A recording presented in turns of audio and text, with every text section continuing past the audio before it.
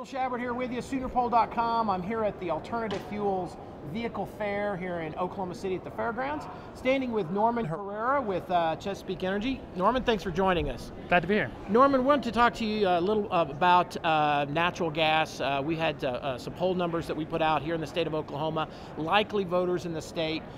We found that the first question we asked was, how accessible is natural gas fueling stations?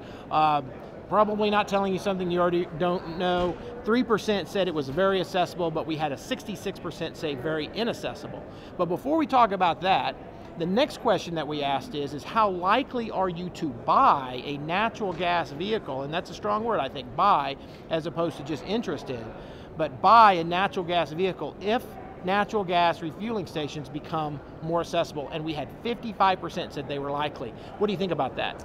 That's impressive. That's exciting. I think to a natural gas producer and to the natural gas partners we've been working with for the last 2-3 years, that's pretty indicative of the market. Right. I think you have a cost savings on the fuel, you have an environmental argument to be made, and you have an oil dependency argument to be made that those drivers certainly identified to 55%.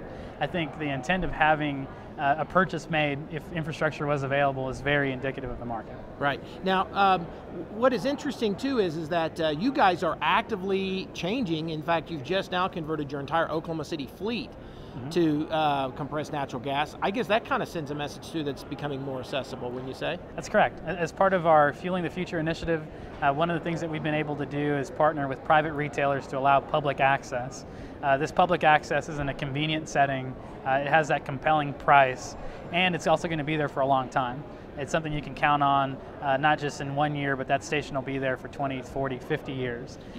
Do you think that the increase or the likeliness of people having more of an interest in buying a natural gas vehicle may be driven by the fact that after you all convert your entire fleet, you're talking about saving as much as $11 million?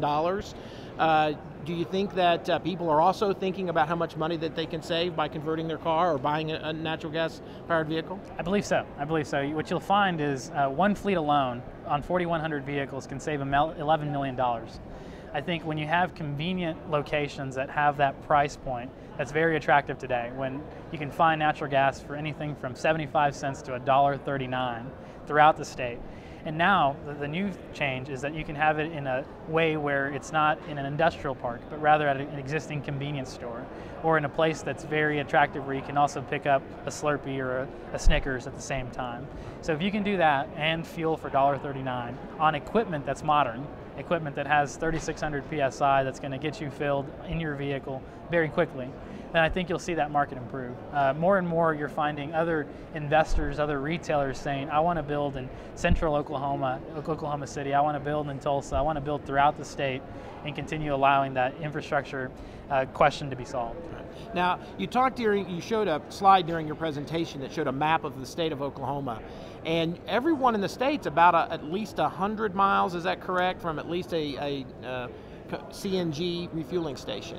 That's correct. It's 100 miles out and 100 miles back.